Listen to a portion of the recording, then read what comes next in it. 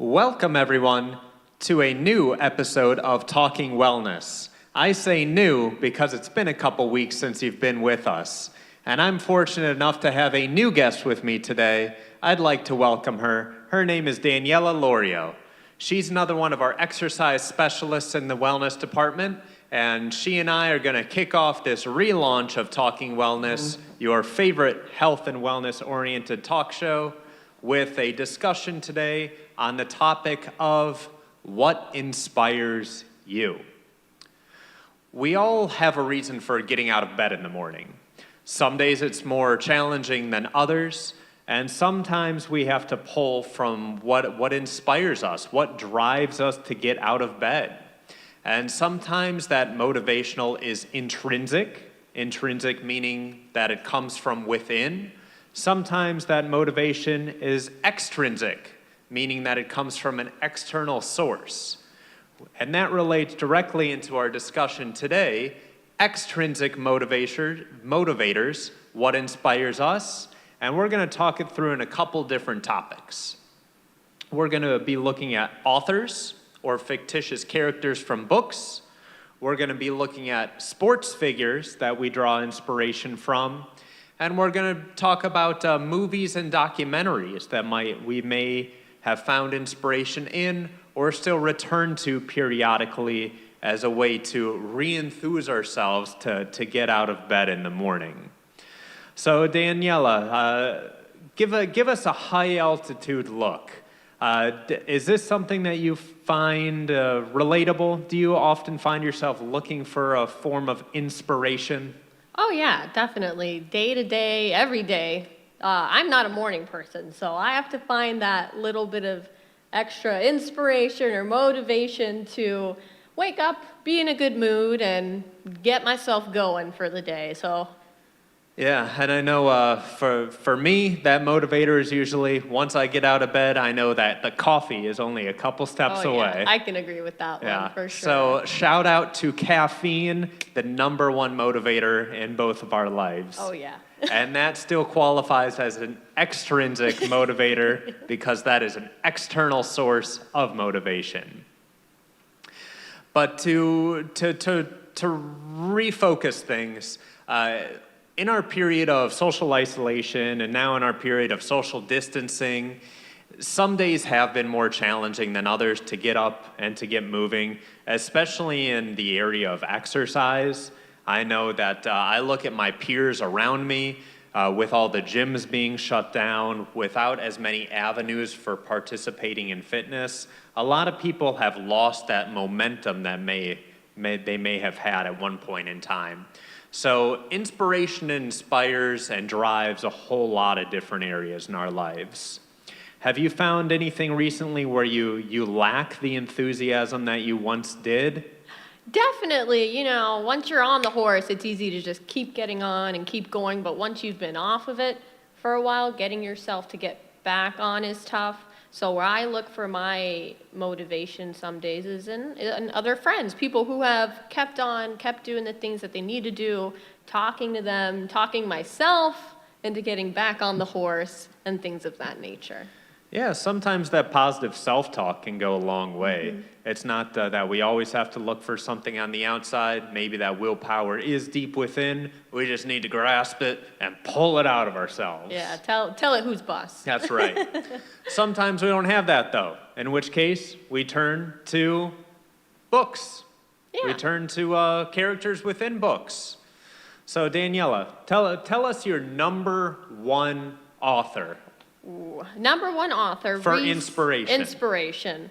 Well, I've read a lot of books in my days, but the one that really pops out to me more recently is the book Can't Hurt Me by Dave Goggins, who is found himself becoming a Navy SEAL through inspiration that he found, was able to set personal records in physical fitness, mental toughness, things of that sort. So in his book that he wrote himself, he explains his journey starting when he was a young boy through the hardships he had growing up as a kid, eventually turning that into the next issue that he found himself in was actually having troubles in school, and he was actually illiterate for a long time because he found his way cheating through school just to get it over with, to get it done, up to a certain point where that didn't fly anymore. Just skating by wasn't possible. So he had to put in the work, find motivation, and get things done, and that would continue on down the line to his next goal was becoming the Navy SEAL. He heard a current Navy SEAL talk and found inspiration through that. He had to find his own motivation, finally achieved it, set his standards, and from then on, it was just mental toughness, really pushing yourself even when you don't think you can anymore. And David Goggins, he's been a author, a person of figure who we've referenced on a couple prior episodes of this show. And he is somebody who, each one of us in the wellness area, I know we've all read his book, we've all found some inspiration with him, and it's very likely he's somebody who your children or your grandchildren are very well aware of right now. He is very prominent on social media, and he's that kick in the butt that you might need to get up and moving. And as an example, I know Daniela referenced that he had some drive to achieve some physical feats of strength, and they truly are. I believe he attempted this 3 times. He eventually succeeded, setting the pull-up world record. He did somewhere upwards of 4,000 pull-ups in under 24 hours. The first 2 times he attempted it, he completed upwards of 2,000, and he was still headstrong and hard-willed enough to get back on that horse and to try again and to push forward and achieve that world record. The motivator was not the record itself, it was that drive for success. Yeah, he talks about that. A lot of people work only up to 40% of what they're able to, and then they think they can't give anymore. When you really have that 60% left, that really takes that effort to push through and get things done. And once you get through that 40%, you could really surprise yourself in the things that you are able to do. Harness that capability, dig a little deeper, you've always got more in you. Mm-hmm, that's right. So that's definitely one that I can reminisce with. And there's been a lot of great books by outstanding athletes that we can also pull a number of stories from. The gentleman who completed 1 Ironman every single day for 50 days in 50 different states. The list goes on. But there's also some fictitious characters that we might pull some inspiration from. And one for me personally, this dates back way back to about the year 2000, 2002, sometime around when I was transitioning from middle school into high school. I was that awkward kid who didn't have all too many friends, wasn't into sports, wasn't into anything. But I found a lot of myself when I read through the Lord of the Rings series by J.R.R. Tolkien. And the character in that series that I found inspiration in was Samwise Gamgee. And Samwise was Frodo Baggins's counterpart. He was that person that Frodo, carrying the ring, really had to lean on in very hard times to help make their mission, essentially saving the world. But Sam was a lot like myself. He was quiet, he was shy, he was not very supportive of himself, but by the end of the series, he was everything the opposite of that. So seeing him transition from this very quiet, shy individual into a success gave me the motivation in a very troublesome time. Because we know, we've all experienced it, 8th, 9th grade, that transition is not fun. No, it's not. The world gets a lot bigger once you move from middle school into high school. Oh yeah, a lot new faces, new people, new teachers, a new environment. So it can definitely make people uneasy. Yeah. So how about you? Were there any fictitious? Oh yeah, Nancy Drew series. I grew up reading those books. It was just nice seeing a strong female character. Just be able to go out, do the things that she wants to, do it on her own without assistance, find herself in an issue, she gets herself out of it. When she puts her mind to something, she goes out, gets it done. And actually, when they were writing the Nancy Drew series, it's been a lot of different authors that are just under the same pseudonym. Nancy Drew actually received a little bit of controversy in her character. They had to kind of sweeten her up a bit because they thought she was too headstrong, too feisty, which I personally love. Nothing wrong with a strong personality. Yeah, and then I enjoyed the counterpart of Nancy Drew. I enjoyed the Hardy Boys. I remember in 4th, 5th grade, again, reading through it, I wanted to be right alongside of them on one of their adventures. Yeah, the adventures, looking for that adventure, that next new thing, something exciting, something you could find yourself putting yourself into. And that's the first time I ever heard the word jalopy. Because the Hardy Boys drove around in their jalopy. That's right. Not just inspiration, but a great learning experience as well. That's true, yeah. Different learning about how things kind of used to be. We're so used to all the new technology, the sports cars, all that stuff. So when you read books that were written a little bit longer ago, you might not be as familiar with certain things that they were back in the day. Now, you referenced sports cars, and I'm going to take a twist on that. Maybe not sports cars, but maybe the person behind the sports car. We're talking about athletes, sports athletes. Oh, yeah. Another great source of inspiration, and one that probably has changed for most of us over time. I know I reminisce back to childhood, and I was part of the Be Like Mike generation. I wanted to be like Michael Jordan in every way. And it was super relatable, a lot of because of the time we spent on the playground, access to basketball. My grandfather was a big basketball fan. I had an older brother. We all collected basketball cards, so it was the perfect place, the perfect time. And Michael Jordan, always scoring the winning shot, racking up the points. We've learned a lot about Mike through the ESPN series that came out over the quarantine window. A great series. If you haven't had an opportunity to watch it, that's a high recommend.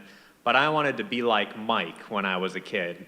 But looking at it now through an older, more mature lens, I don't know. I don't know if I would pull that same level of inspiration if I was watching him on television. Yeah, that's true. I could definitely see how changes in time and how things go on. And when you're a child, you haven't achieved as much as you think you have sometimes. So you look at other figures and you're like, wow, I want to do that. I want to be like that. But when you get older, you realize that sometimes is either easier said than done, or you might find your focus shifting to wanting to achieve other things. Yeah. Instead of trying to be the very, very best, now we look at again, at least for myself, I look at some of these figures, sports figures who have had some longevity in their sport. Those who are still competing at a very high level despite even being in their 50s, their 60s, their 70s. Some of the very best triathletes and runners in the world, they don't peak until way beyond their midway point. They're beating these 30-year-old kids. It's true. And when you look at athletes nowadays, too, versus when you were a kid, now you look at the big picture. What are these athletes doing on their time off? Are they involved in their communities? Are they supporting important causes? What do they stand for? Who are they, not just as an athlete, but as a person as well? And the person that sticks out for me with that topic of discussion is J.J. Watt. He is the defensive end for the Texans, and he has the J.J. Watt Foundation that's given back an unbelievable amount of money to help support the Houston area following the hurricanes, even during the COVID pandemic to support local communities. He is a young guy. I think he's under the age of 30, but he supports a number of different properties. Another great athlete, athlete and also famous in other areas, was Bruce Lee. Bruce Lee was a true pioneer of wellness. He was into philosophy. He was into keeping his mind strong, his body strong, just overall keeping all dimensions of wellness strong. Yeah, and Bruce Lee really broke that barrier. I know he was one of the first American-born Japanese individuals to really find stardom stateside. Chinese, excuse me. Stateside, and in his home, the country of his parents. So I know that again we reference ESPN documentaries. There's an ESPN 60-minute length documentary that will be coming out on Bruce Lee within the next couple weeks. Yeah, and it's his journey from becoming a young child, being born in the United States. His family moved him back to China to grow up. He was acting as a child at a young age. He eventually got into martial arts, trained under Ip Man for Wing Chun. And originally, in China, they don't teach certain types of martial arts to people who are not 100% Chinese, raised and born, and so he found some controversy growing up. People were complaining, well, you're not 100% Chinese, you weren't born in this country, so you shouldn't be able to learn. And yet he found his way, he learned martial arts, he formed his own form of martial arts called Jeet Kune Do, came to the United States, and found himself facing the same issue when he tried teaching it to other people within the community. He would get confronted by people who were Chinese and say, hey, same thing, why are you teaching these non-Chinese people martial arts? And he thought it should be for everyone, that everyone should be strong in their mind and in their bodies. So I think if you haven't picked up on it yet, there's one common thread amongst a lot of these sources of inspiration, and that's success through hardship.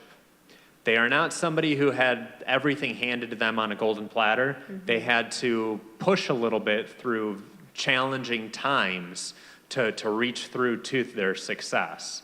And now, if they were to look back on it, they're still inspiring generations much younger than them. I think Bruce Lee, he'd be in his 80s at this point in time if he were still alive. Unfortunately, he passed far too soon. But knowing that and knowing our residents, some of these are again, about your age. So we're also looking at you as sources of inspiration for what you've done and what you continue to do. So just one side note of thank you to that. Yeah. Now, as we transition into our third area, we've touched on some already, but focusing in onto movies and documentaries specifically. And documentaries, we've referenced some, and sports figures may still play a role in that documentary area. But I think this is probably what most people our age find some inspiration in. Not us particularly, but most people find a lot of time to spend watching movies now, especially with the availability of Netflix and all of these other streaming options. The television side of things is dying down. Books are not what most people turn to. Instead, we want that encapsulated experience into a 90-minute to a 2-hour window and to come out with something positive from that. Now, I'll kick it off. The documentaries that I've really found some support in, two. One is about a gentleman named Philip Petit. He is the one who walked on the high wire across the two towers when they still stood. And he, born a young Frenchman, he always had a knack for doing slacklining, walking across tall objects. He was always challenging himself to do something higher and higher, longer and longer, and in worse and worse conditions. And I recall watching this documentary and him recalling first seeing the two towers and him sharing with the interviewer that when he first saw those two buildings, he knew that he wanted to walk across it. Of course, the U.S. government just wasn't going to let this guy set up a wire between two of the tallest buildings in our nation and potentially kill himself by falling off. As slacklining and walking across a tightrope, if you're not aware, there's nothing connected to you. You are literally just walking on this little rope using a balance beam for support. So he didn't give up and quit. He didn't say, oh, they won't let me do this. I'm going to find something else. No. He went into this master plan of how he was going to sneak him and his crew up to the rooftops of the World Trade Center, use a grappling hook of sorts to launch this cable across from one building to the other, set up his high wire, secure it, and then walk across it. He started in the middle of the night, and it took a long time for him to make this walk. And as the sun started to come up, people looked to the sky, and they could see this Frenchman walking across this high rope. If this is something of interest to you, I highly recommend the documentary. The documentary is called Man on a Wire, but they also have reproduced it into a Hollywood film, a little bit more mainstream, starring Joseph Gordon-Levitt, which is also very good. He's a great actor. My movie, I think, is not so much of a documentary, but it's a movie based on real events. The first one that I can really think of that speaks to me is Hacksaw Ridge. That stars Andrew Garfield as the main character. And in this movie, you can see this character develop as a child into adulthood to when the draft rolls around.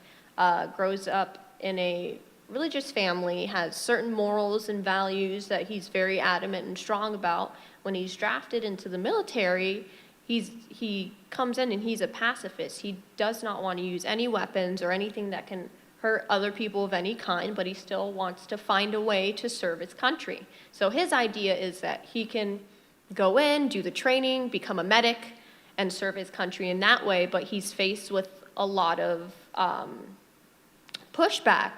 People are thinking, well, how the heck are you going to protect yourself? How are you going to protect your country, especially when you find yourself in a dangerous situation? How are you going to manage that if you don't even want to hold a weapon in your hands? And he's very headstrong and says, no, these are my morals, these are my values, these are what I find important to me, and I can find a way around it if you allow me to. And he fights, and finally they're like, well, I guess if this guy's crazy enough to go into battle without a weapon, I guess we have to let him.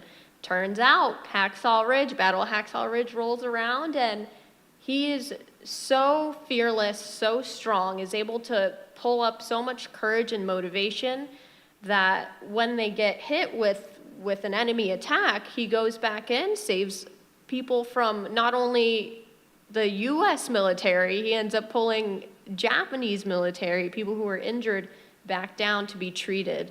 And so this huge feat, yeah. It's an incredible story about an incredible person. I know the first experience I had watching that movie, I just was enthralled. Blown away. Yeah, just completely pulled into the experience. There's some great acting by Andrew Garfield, but just the inspiration from that of somebody who had these morals, and he did not let anyone say no to him or encourage him to break these. And at the end of the day, turned around to be a hero. Oh, yeah. So it's just another success story. You've heard plenty here today. And movies of all shapes and forms can have some inspiration to us.